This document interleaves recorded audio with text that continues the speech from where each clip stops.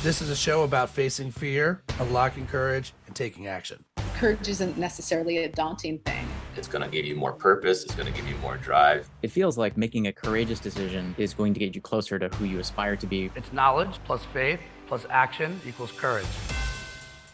You talk a lot about being courageous. I think being an entrepreneur, you have to be fearless. Like, the voice in the back of our heads is the one that's most often holding us back. It's not an enemy or a friend or family member. I mean, it's literally yourself in most cases.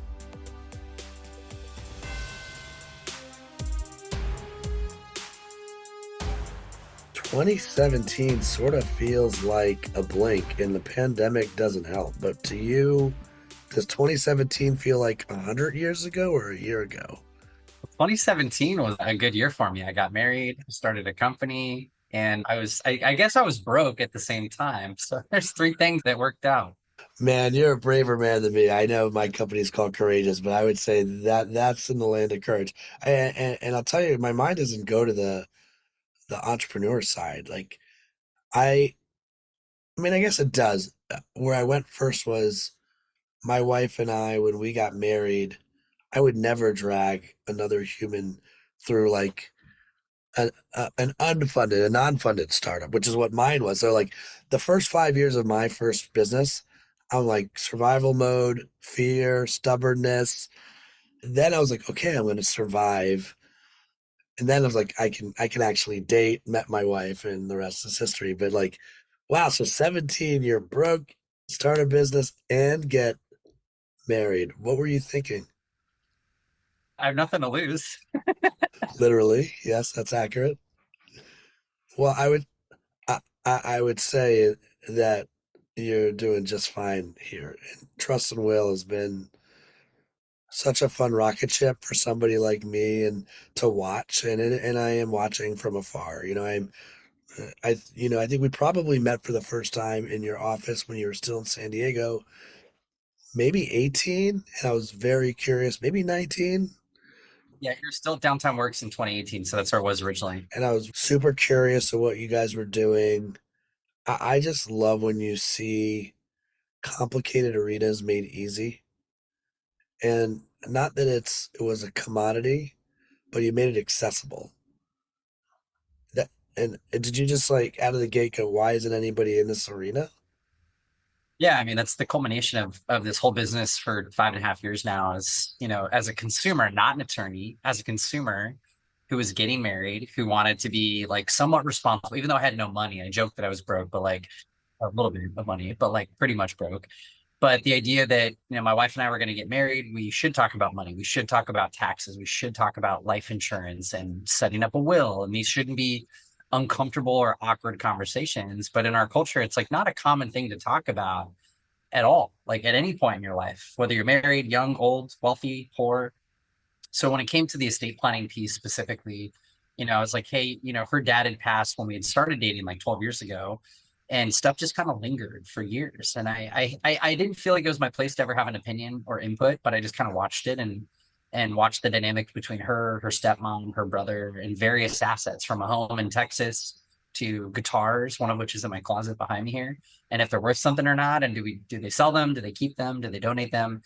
And I was like, I love that this estate planning document. I was like, I'm pretty sure if you have it set up correctly, you control all of this. Like it's in your hands. And if you don't, then that's in the government's hands to decide how it's divided.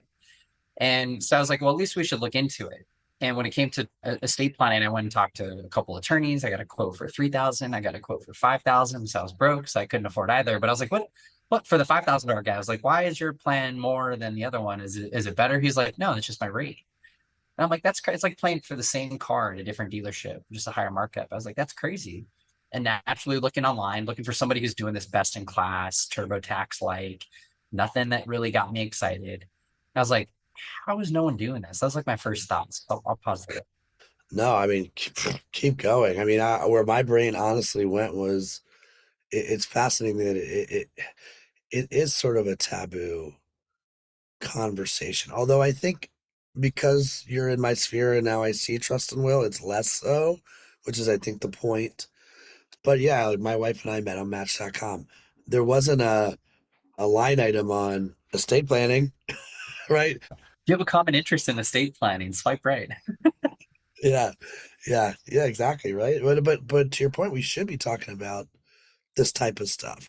I think I read somewhere that 2/3 of Americans, is that right, don't have. Yeah, between half and two-thirds. Generationally, if you look at like younger people, millennials, young Gen X, like two-thirds do not. Even boomers, 65 plus, there's only about 40% that have done this. So it's pretty wild, and it applies to everyone. I mean, like you could be Elon Musk rich or an everyday person. When we're all going to die one day, spoiler alert. And when we die, if you don't have this set up, you go to probate, and the government, along with your family, is deciding how to divvy up assets. Now, for an everyday family, if you have a good relationship, it can be bumpy but relatively smooth. If it's like a house that's going to be divided evenly, some assets or collectibles, art, cars.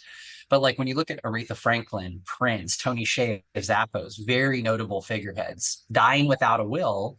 It took 7 years for Prince's estate, 4 for Aretha Franklin. Tony Hsieh, who died a couple years ago now, is going to be years ahead of him because now there's litigation. Now there's people coming out of the shadows saying, no, no, no, no, I worked with him on that, or I'm entitled to this. And at a state of that size, it's going to just take, again, years to unravel, cost potentially millions, if not tens of millions in legal fees. So, like, not that that's the case when we started Trust Mall, but we're like, if we build something for the everyday family, like this is a selfless act of love. That's why people do this. And the only thing that matters is that they know you can do this online. It doesn't have to cost you an arm and a leg. You don't have to be rich. Like, kind of demystify it in some ways. And that for us as a brand, we're like, we have to be direct to consumer. Like, that's the only way this will work is if we go D2C, build a brand, and educate the entire US population on why this matters. My mother-in-law passed away, gosh, rest in peace, Miriam, maybe 18 months ago now, and she had her act together. She had it together. And we don't need to spiral into that. I will say that it was the best of the worst scenarios. Like my wife and her got to have the conversations that they need to have. And her mom was very buttoned up that there was peace of mind. There wasn't this was going to take a 4 or 5 year to unwind or try to predict what somebody really wants. It was very easy for us. So I see the true benefit, and like life can go on for everybody else, like right away.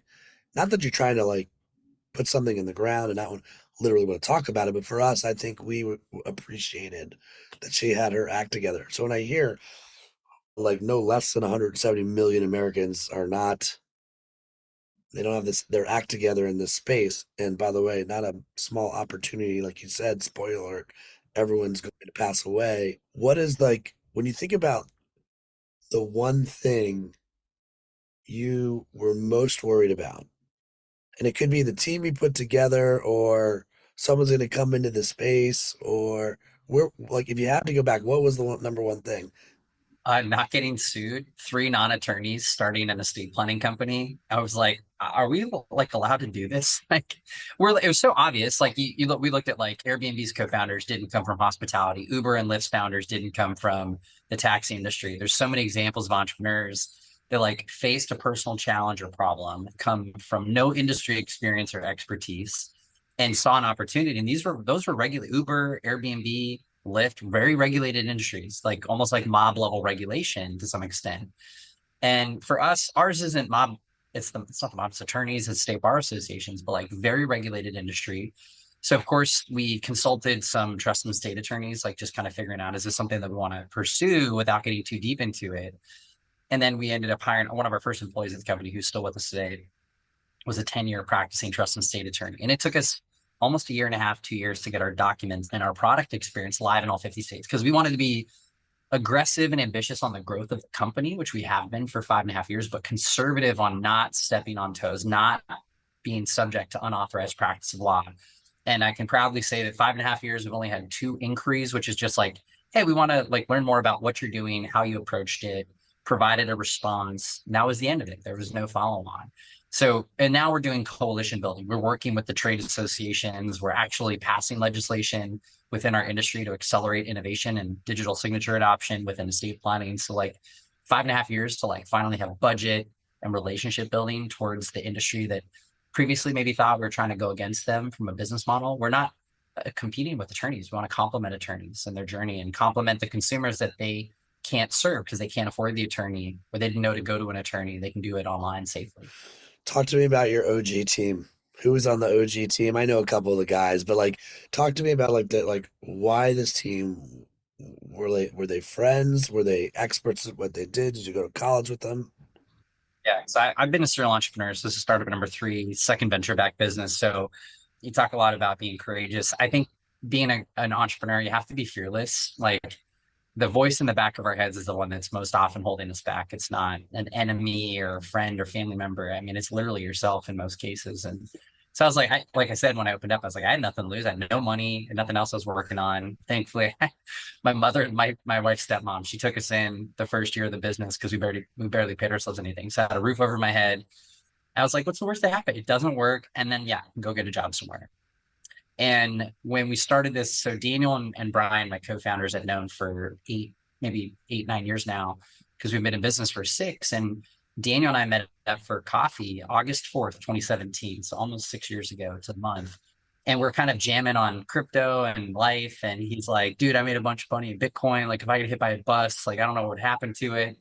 And he's like, you're getting married, aren't you? I was like, yeah. He's like, aren't you supposed to have this when you get married? I was like, yeah, it's on my to-do list. I was like, I can't afford it. I don't know where to start.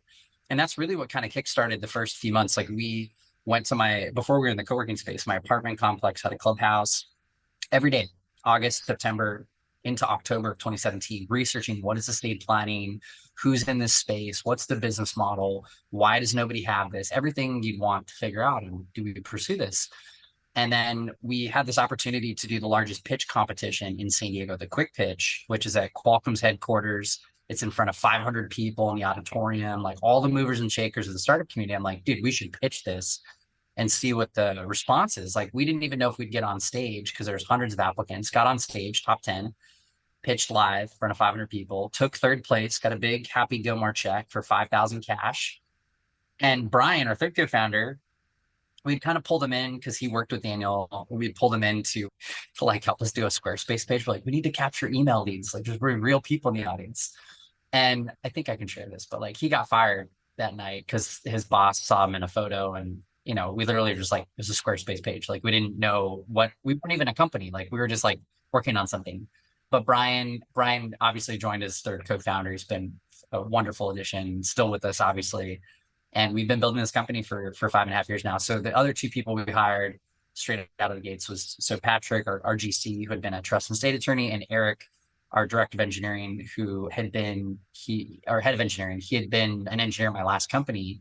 That was like one of my first phone calls. I was like, dude, you got to come work with us. So that was like the original 5 in like a small office at a co-working space downtown. I remember Downtown Works, right? Yeah, which is still like a distant home to us, like an old apartment we used to live in. So if you had a time machine and you could go back and you were going to add just one other person to the team, and it can be person or role, what would you add? Probably a finance person sooner. Like Daniel went to school for finance. We've had like a CFO, part-time CFO for 3-4 years now, but like having a full-time person managing finance at the company, even at an early stage, like having your numbers buttoned up, even if they're not good looking numbers, they're negative unit economics, they're out of whack, but if they're super accurate, it's really healthy to have those conversations with investors. We were always trying to tell a story with our numbers. It's like taking like a qualitative approach to mathematics, not a quantitative approach. And I've noticed just a massive shift in our business since we started working with a fractional CFO, since we made a full-time hire on the finance team internally, is that like our numbers are pretty good. And my confidence as an entrepreneur to present those numbers to current investors, future investors, is exponentially increased and improved. And that's a hire I would have made a lot earlier in the journey. I want to talk about, so then I'll see this, but I don't want you to answer this yet. Like, as you think about if you come back on the show 6 years from now, where will the business and the brand be? But before we get there, as an entrepreneur, I mean, you've been on this entrepreneurial journey your whole life. Like, where did this bug come from? Is it in the family? Why you? Are you a first timer in the fam? Yeah, in the family, yeah. Mom and dad still together, coming up on 40 years here. Dad worked in a casino most of his career. He was like a teacher turned casino guy. And then my mom worked on and off, mostly in hospitality in my childhood years. and then a little bit in corporate, but nothing like significant. And I think in college is when I kind of got the bug because I had this like I was inspired by Steve Jobs, like the way that people kind of idolize Elon Musk for better for worse. Like I idolize Steve Jobs because when he introduced the iPhone, like even before that, he was just the best presenter I'd ever seen. I used to cut class in high school to go watch his keynotes in the library because they had Wi-Fi speed, or I don't even know if it was Wi-Fi, hardwired speeds fast enough to stream the keynotes, which are always like Tuesday mornings at 10 a.m. Pacific. And when he unveiled the iPhone in 2007, I was like, I saw the future. And I was so like kind of like infatuated with this device that I wanted to work at the Apple Store. So I worked at the Apple Store at Fashion Valley in San Diego when the first iPhone came out. Those who are listening won't be able to see this, but I have a deconstructed iPhone here Oh, I love that. on my bookshelf. And the reason why I have this and I see it every day. And the reason why I have this is that every day I got to put the future in people's hands. It was so odd. People would come into the Apple Store. You think back 2007, there was like Blackberries, but there was not a touchscreen multi-touch device like an iPhone. Our job was to put the device in people's hands and people wouldn't even pick it up. It was like a newborn baby on display at the Apple Store. And people are like, oh, I don't want to break it. I'm like, it's a phone. You're supposed to break it. You're supposed to have fun with it. And even though it was the same device, it only came in an 8 and a 16 gig configuration. This was before the App Store. Every day I was like, this is the control panel to your life. And if you were a teacher or if you were in nonprofits, if you're a business professional, stay-at-home parent in college and high school, there's 1,000 different use cases for that device, even before the App Store. So that was really, I think, what kind of kicked off this entrepreneurial journey is that I had the same pitch for one product, 1,000 different ways that I could splice it up. And as this is now company number 3, I could take the same trustable pitch and spit it up, hundreds of different ways depending on who I'm talking to and what their interest might be in our business. So I'm a little older than you, but the jobs thing resonates. And for me, it was the iPod. Yeah. It was 10,000 songs in your pocket, and I don't think it's a mistake that I'm in the in the presentation world. I'm in the like my job is to present a story, and my style is very much a blend of my parents, who, by the way, 54 years today. Wow. Happy anniversary. Right? So the by the time the episode runs, it'll be 54 years and a month. But my style is very much a blend of them. Like my dad is a lawyer. He's still practicing. He's a use it or lose it guy. And he knows that he has to be prepared to go in front of a jury, and he's got to give them one step at a time before we move on to the next part of the story. My mom was a teacher, and she was like a third grade teacher. So like there's empathy, there's patience, there's sweetness, there's tact, and you blend those universes, and like that is my arc. That is the way that I present stories. So I'm curious, as someone that comes from a teacher slash casino and then hospitality, like how does that show up in you, and how does that show up in the business? Yeah, my dad, so he started as a car dealer working night graveyard shifts in his early casino career and rose all the way to senior vice president of operations of Commerce Casino. It's one of the largest poker rooms in the country. And even when I was younger, like middle school, high school is when I started to like notice this more, from the owner of the casino all the way down to the janitorial staff. He knew everybody's name. He went out of his way to say hi, acknowledge them, ask them how their family was doing. So like, yes, he was in a casino setting, but it's hospitality at its core. And it was the one thing that I was always like, he would treat the person who's lowest on the totem pole wherever we'd go as equal to the highest person on the totem pole. There's like, it's a gift. And it's like not to ever like suck up to someone just because of their title, rank, and file. Like I was on a call yesterday with the public company CEO, and it's just, to me, it's just like in the moment, just like a biz dev conversation. And like I get off the call, I'm like, holy shit, that was the CEO of a public company. Like I was like, who am I to talk to the CEO of a public company? But like, you kind of just get to this point in the journey in business that like you shouldn't treat someone different because of their title, and it actually can work better in your favor. You come off as more authentic, more human, both for your own engagement with that individual or reflective of that. It's the way that people perceive you, and that's been a gift I was given that I've learned and I'm still investing in 20-25 years later from when I started to notice it. So I want to keep the show about you, but I also want to do a quick story time that I think you'll appreciate. So when I was in college, I went to school in upstate New York. I went to Ithaca College as a television radio major. So here we are with a microphone. At least I'm putting the degree to good use. But between my sophomore and my junior year, I was very, very close to transferring to Cornell, which is like literally up the hill there. It's like a mile away. My neighbors was a guy named Stan Bromley, who was basically the vice president of Four Seasons Hotels. And we've always gotten along. He knew I was good with people. And it was December was coming up. He's like, you've got the grades, you've got the personality. If this is something that you think you want to make the pivot into hospitality, come work at the hotel for winter break. And if you like it, we'll go from there. And he had been to Cornell, spoken to Cornell. So I'm like, this is going to be great. I'm going to get paid to go work for a month at the Four Seasons. I'm sure I'll be at the front desk working the phones, shadowing somebody. And I get there in my very first week. He hands me a back belt, takes me to the basement. There's no windows. And I'm with the Kenyans for the whole week, just moving beds. Some speak English, some don't. At the end of the day, Stan would come down, ask everyone how they're doing. Hey, Mr. Bromley, hey, Mr. Bromley. And then I wouldn't see him again. So the whole first week was just moving beds. Second week, this is when I had hair, the good old days. I was cleaning dishes in the Hobart with the senoritas. Third week, I finally got to see people. I was vacuuming floors. And so this experience goes on, and Stan Bromley pulls me aside. He's like, so what'd you think of your experience? And I was like, okay, this isn't what I thought it would be, but I actually really enjoyed it. I think I'm going to stay in television radio, by the way, but they really enjoyed it. And his lesson was the exact same one that you said. He's like, look, you need to know what life is like for everyone who works inside your organization. It doesn't matter if they're the C-suite, they're a VP. For us, if they're moving beds, like there has to be true empathy, and you have to know every layer of the organization and what they're like. Because if you do, then you can actually like motivate them and inspire them, which is exactly the story that you just told about your dad. Yeah, I mean, like I think the way that it's translated to part of my leadership is, yeah, we're a remote first organization. We have 80 employees across the country, and I'm in Dallas, so like only my co-founder Daniel's here in Dallas. And as often as I travel, try to go out of my way to have dinner with my team if it's not somebody I directly work with every day.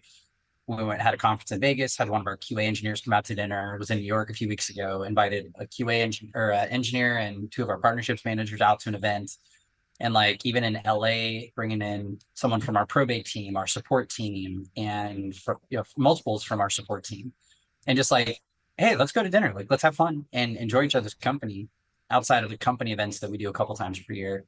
And just doing a formal check-in. I still onboard every single employee at the company. I'm proud to do it. I maybe make some people uncomfortable. I challenge them to book 30 minutes on my calendar at the end of their first month, and about half take me up on it, just to try and see if they're willing to hop on. Because pay attention, other half. Okay, I know you're listening because he's saying it's still time. You get on his calendar. But on top of that, I did one-to-ones, company one-to-ones with the whole team back in March and April, and I'm trying to do that once or twice per year with like very specific set of questions, same questions for everyone, so it's equal. But like just to like be present in this virtual, like I have to remind myself, and especially the intentionality of this for the team is like, we're at a point in our journey where like we've built the business, we've got 500,000 customers that have signed up on the product, we've raised 50 million in capital, the business is doubling year over year. Like we've built a great business that we want to take public in the next 5 years. So there's your 6-year answer. We want to be a public company and have helped millions of families. But like reminders for myself and to always appreciate every step of the journey. So I tell the whole story of Trust Mill for every employee that I onboard. And that it's like, I remember what it's like in the first 2 years. Like we had no idea if this would work. We had raised a little bit of money, paid ourselves nothing. And I remind myself what that life was like, but also where the business was, and try to make them feel it a little bit.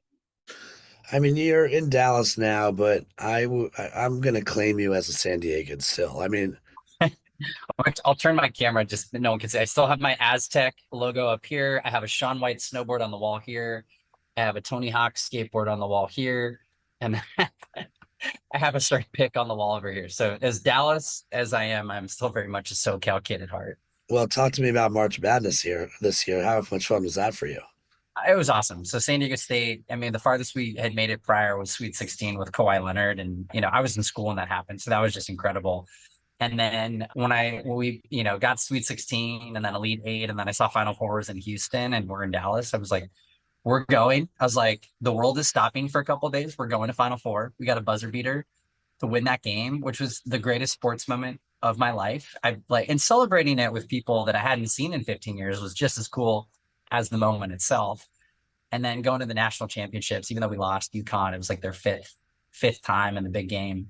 It was so cool. And like, excuse me, very optimistic for our future of basketball at San Diego State.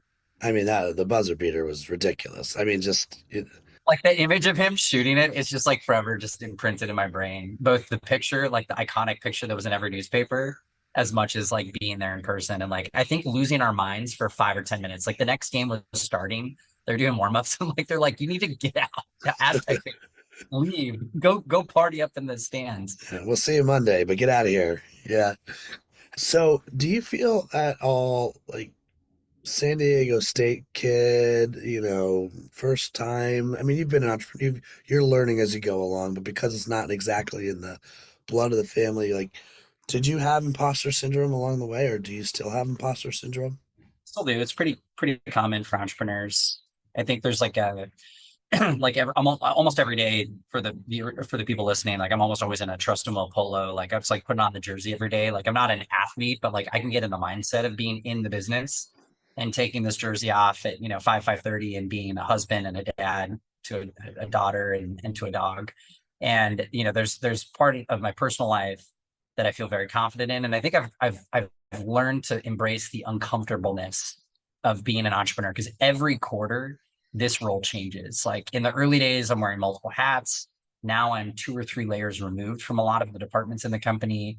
My job is heavily on almost stakeholder management. We have 50 institutional investors on our cap table, right? We raised 50 million. I've got 500,000 customers that I still see every review that comes through, a handful of folks in our network that reach out about wanting to use Trust and Will and being an educator, support.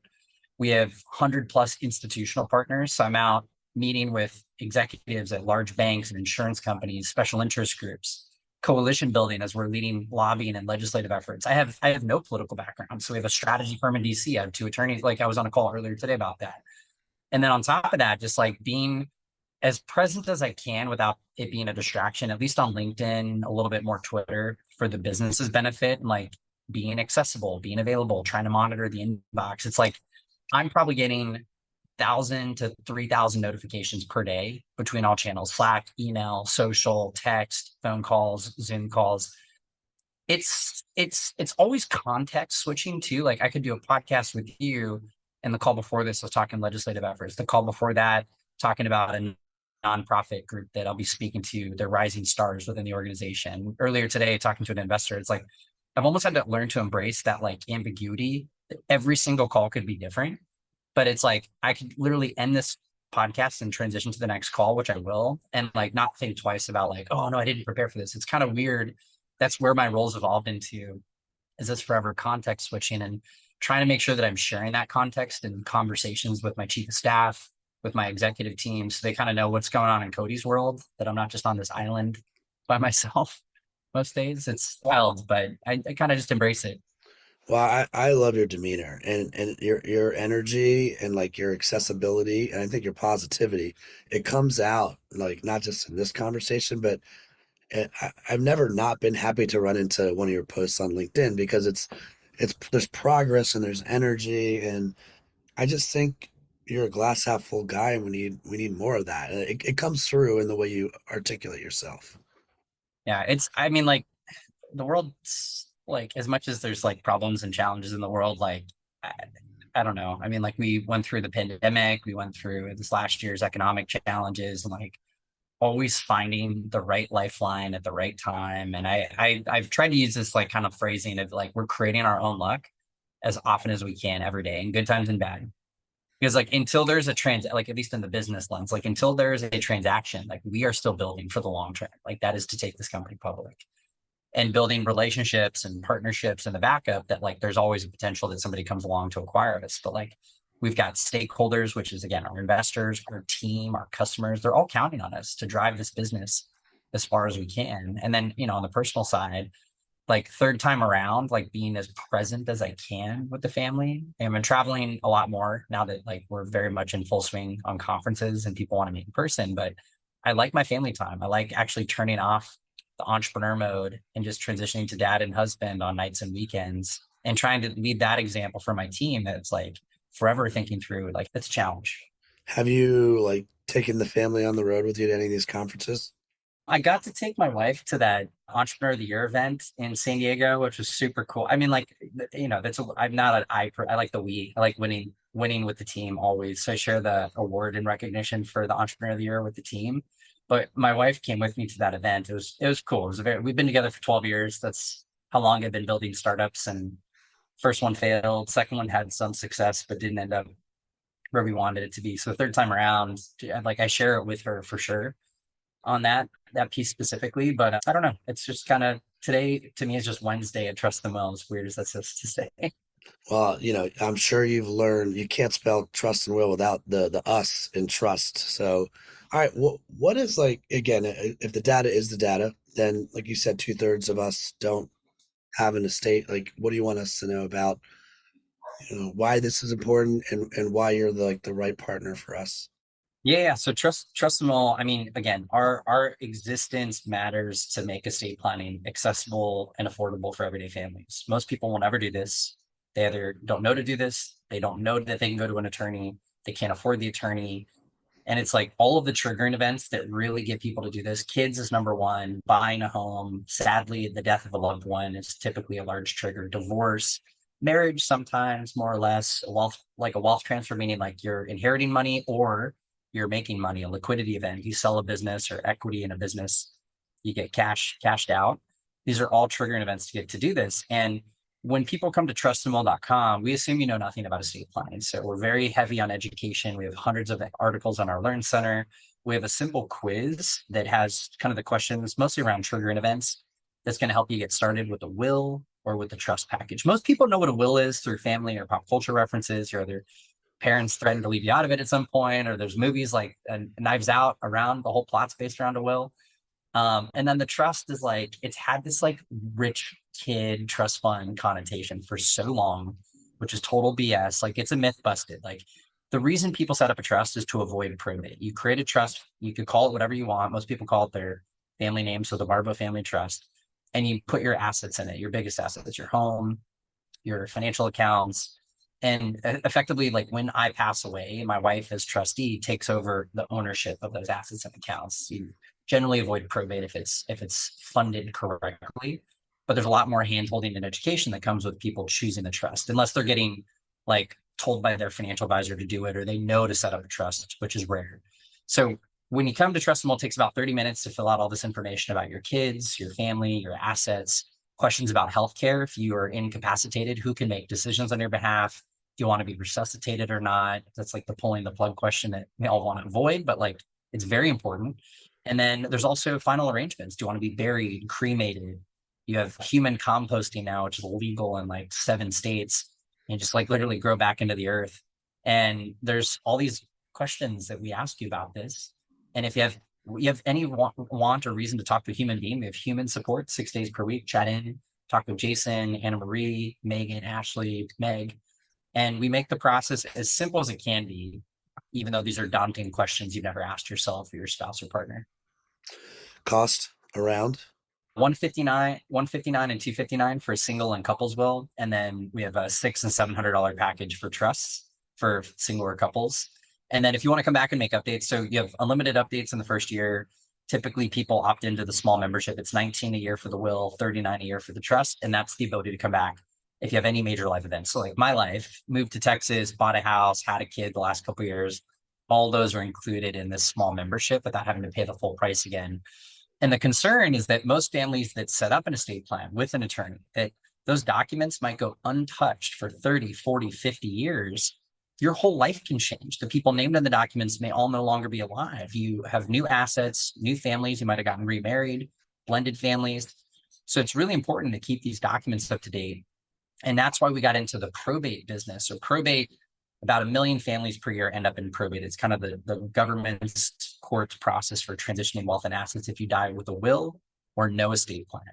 And we help families save time, cost, and helping transition their assets through the probate process a little bit faster than trying to figure it out on their own. All right, we're gonna have 2 questions left. One is a 2-parter though, and then And one is about the business, and then one I think is just for entrepreneurs in general. So the first is on the business. This is the two-parter. What is like it like just drives you mad or let's just frustrates you to no end about the business? And it might be like consumer block that they don't go and learn the space, or it could be something you've dealt with on raising capital, or maybe it's something with the team. But like, give me like like the biggest frustration point you have since you've been in the business.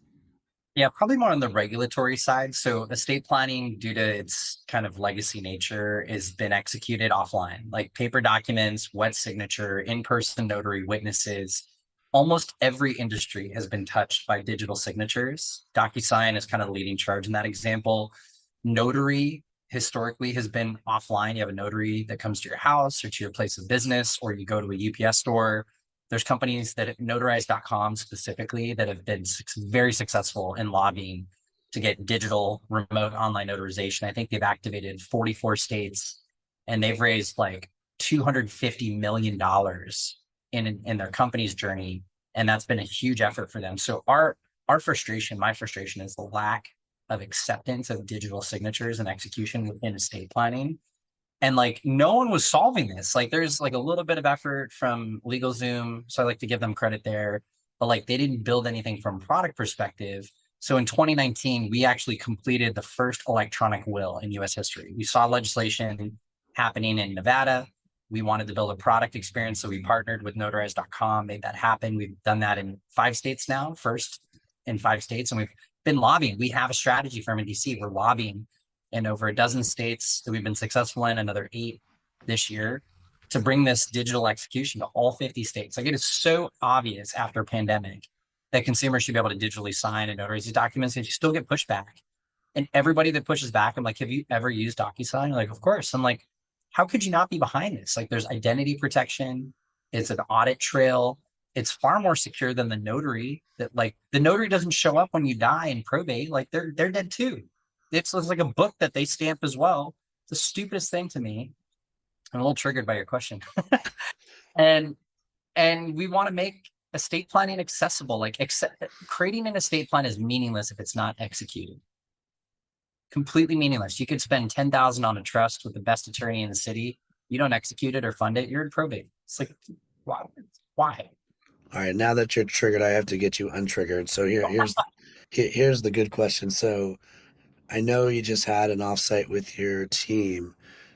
The amount of joy that comes with sitting with them and being with your people and thinking about the future and dreaming about the future and executing on the future. Is there, it's almost an unfair question, but like if you had to just pick one moment of like absolute excitement or joy that you can share on the business, what is it?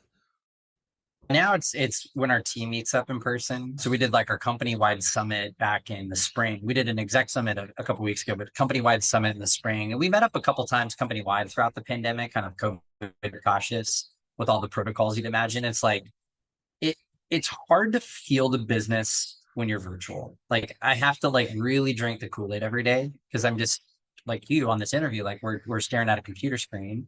And we have a friendship outside of this computer screen conversation side that counts a lot. But like having that in-person relationship is like it's 1,000x worth its weight.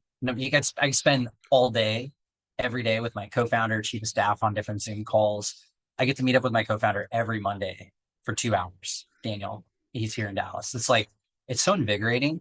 And that's for the company summit. It was like it's so invigorating to have the team there in person. We're going to do a family weekend mid-September in San Diego because half of them are there.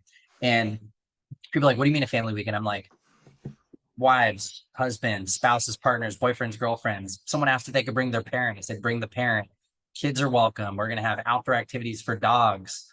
I think cats are welcome at breweries. But like people, a team, well, what's the point? I said, look, we have our entire mission at our company is around supporting families and preserving their legacy. Like, let's start with our own team and their families. Like, let them feel what we've built as our first family weekend unfolds. So getting the team in person and getting their families to feel the amazing organization that we built and like really building again a loyalty to the mission, a loyalty to the culture, and it's just fun too. It's just like at its core, like you gotta have fun when you're building a startup. It's so hard and stressful on some days and times. You can't lose the fun factor. This is a good segue into my second question, which I'm now turning into a two-parter only because of what you just said. So the first part of it is, if you today was talking to you when you started the business, what advice would you give yourself to 6 years ago version of you from today? Yeah, don't get caught up on your weaknesses so much. Like I think we can be so self-critical on things that we're just like never going to be good at. And I had to like kind of coach my co-founders through because they give me this like critical feedback on things that I knew I wasn't good at. And I was like, I thought I was setting enough expectations up front. I'm like, I am not good at these things. For you to expect me to be great at the things that I'm absolutely worse at, it's not a healthy relationship. And like, one of the examples ended up being a hire that we made we closed our Series B in December of 2020. And I was like, we're going to hire chief of staff. We're 20 people.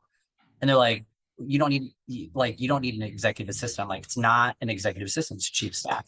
I was like, if I could clone myself today to manage the stakeholders, investors, team, partners, the crazy thoughts and conversations that I'm having, synthesize them, organize them, communicate that out. I was like, that's finding someone who actually strengths are my weaknesses, and they're in the kind of co-pilot seat with me every day in the business. And I don't have to feel as lonely in the role as a lot of founder CEOs do, but also have someone who can take what I'm saying and hearing and kind of digest it in a way that is more accessible for the broader organization, not hear what I want to hear, say what I want to say. They're hearing what they need to hear, what the organization needs to say and be told. And it's just, that was one of the key hires we made. And that woman is still with us today as well at the company. Awesome. All right. For any entrepreneur or soon to be entrepreneur that's listening in, and I always like to think that if someone has stuck around for 45 minutes with us, they're clearly engaged, right? They're in this conversation and they probably have big plans for them. What advice do you want to give to them sort of to take us out of this conversation? Yeah, I mean, curate the classroom you want to be in every day. I mean, it costs nothing. Like I've been out of school for 12 years, and Twitter and LinkedIn are my classroom. YouTube's my classroom. You literally can curate content from the people who you're most inspired by, and they're literally a follow away. It's so powerful. Like I can open up Twitter, I can open up any social media. I get a little bit more memes on Instagram, which is great. A little comedic relief every day.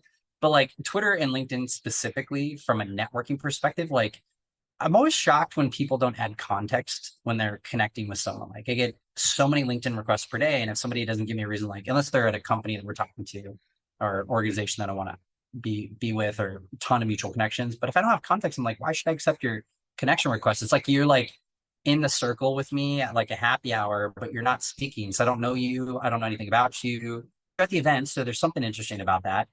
But I've always been a proponent, like when I'm reaching out to someone, almost 95% of the time, I'm going to give context. Or if I connect with someone, hey, I always ask, hey, Ryan, what inspired you to reach out? And then that context for me is a timestamp. And so I look back, oh, how do you know Ryan? I'm like, oh, we have 200, Ryan and I have 263 mutual connections on LinkedIn. I was like, and you and I could literally spend an hour. We could probably talk through most of those people. Oh yeah. Which is a gift. It's an art. You have to invest in that investment. So like when you're an entrepreneur, you don't have to have success to connect and network with people. Like I will reach out shamelessly to people, to investors I want to raise money from, to CEOs of public companies that we want to work and partner with, to people that I want to recruit to our company, even if they're not looking for a job. And there's something really powerful about that just starts with your willingness to want to do it. Like, don't wait. Oh, I'll get around to it next week. I'll get around to it. Like, you see someone that you like, you're like, wow, I'm super inspired by Ryan. Don't just follow him, connect with him, give context. I listened to the podcast. I'm really inspired by the questions that you asked Cody today. When you were 22, what kind of put you on this journey that you're now at? Those questions are so powerful. And when I interview, I like to ask those abstract questions. Who inspired you personally? Who inspired you professionally? What books are you reading? Podcasts are you listening to? Who do you follow and why? And like really trying to understand like what gets people's curiosity brain kind of firing off, and letting that dictate, what a network relationship could kick and have. Well, keep at it, man. You got a fan here, and a lot of us are rooting for you guys, you and Daniel. Looking forward to seeing you guys take it public in about 5-ish years. And stay courageous out there. And don't forget about us, San Diegans. Come back and see us. In my brain, I'm sorry, I'm in San. Like I showed you the room. We're in San Diego once or twice a month. So it's really just might as well rebrand Dallas as San Diego is what you're telling me. Yeah, we're a San Diego company. It's still, you'll see it in the footer of our website. We're committed. We got alumni from San Diego State, UCSD. We're a supporter of the startup community. We'll be an anchor sponsor for Startup Week, for San Diego Innovation Day this year. I mean, like, as committed as we can be. Downtown Partnership, the Chamber of Commerce, we are committed to San Diego for the long term. Awesome, man. All right, be good, Cody. Great to see you, buddy. Thanks for coming on the show. Thanks for tuning in to this episode of the Courageous Podcast. If you enjoy the show, don't forget to rate and review us on Apple Podcasts so more people can find us. See you again next week.